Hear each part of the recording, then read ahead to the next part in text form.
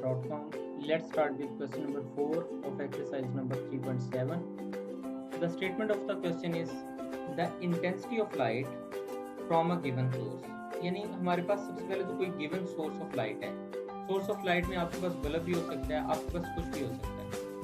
तो आप क्वेश्चन में ये है कि अगर आपके पास एक गिवन सोर्स है, लाइट का एक सोर्स है, इससे निकलने वाली लाइट जो है varies directly as the square of the distance D.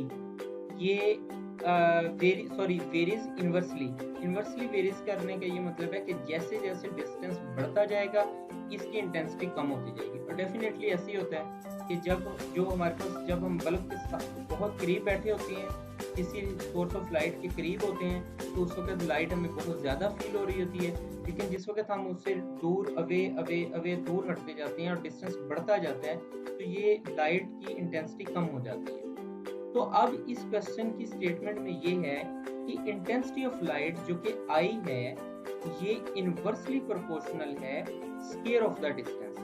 तो यहाँ से सबसे पहले तो हम इक्वेशन जनरेट करते हैं.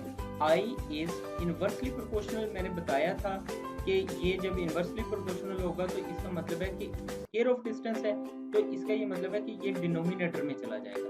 सो I is proportional to 1 over d square आ जाएगा. अब यहाँ प्रोपोर्शनैलिटी को इक्वालिटी में चेंज किया तो हमें इसे k के साथ मल्टीप्लाई करना होता है. तो i is equal to k over d square. ये आपकी एक जनरल इक्वेशन बन गई. इसे हम नेक्स्ट यूज करेंगे. तो अब यहाँ पे हमारे पास i की वैल्यू जो है इस वक्त 20 है, d की वैल्यू हमारे पास 12 है. ये i और d की वैल्यूज को हमने यहाँ पे सब्स्टिट्यूट किया तो i इज इक्वल टू 20 यहाँ आ जाएगा.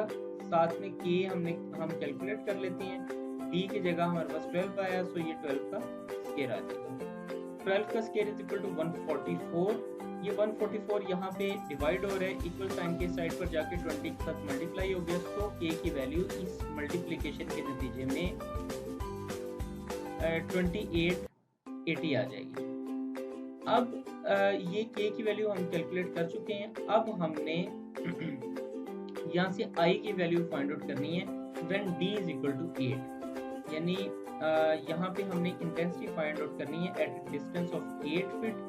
तो d हमारे पास डिस्टेंस 8 फीट आ गया. अब i की क्या वैल्यू होगी फ्रॉम इक्वेशन 1, वो इक्वेशन 1 जो कि जर्नली हमने कंप्यूट की थी, यानी ये वाली इक्वेशन 1, ये वाली i is equal to k over d square. तो i is equal to k over d square हम यहाँ पे लेते हैं. यहाँ पे हम k की वैल्यू 2880 सब्स्टिट्यूट कर लेते हैं. d की वैल्यू 8 है तो 8 का स्क्वायर आ जाएगा. तो यहाँ पे i is equal to 2880 over 64. तो इसको सिंपली हमने डिवाइड किया और i की वैल्यू हमारे पास 44 आ जाएगी, 45 आ जाएगी. ये क्वेश्चन कंप्लीट हो चुका है. अगर आपको इसमें कोई कंफ्यूजन है तो आप हमसे कांटेक्ट करें. हमारा यूट्यूब चैनल अवेलेबल है, आप उसे सब्सक्राइब करें ताकि हमारी लेटेस्ट वीडियोस आपको मिलती रहें. Thanks for watching maths.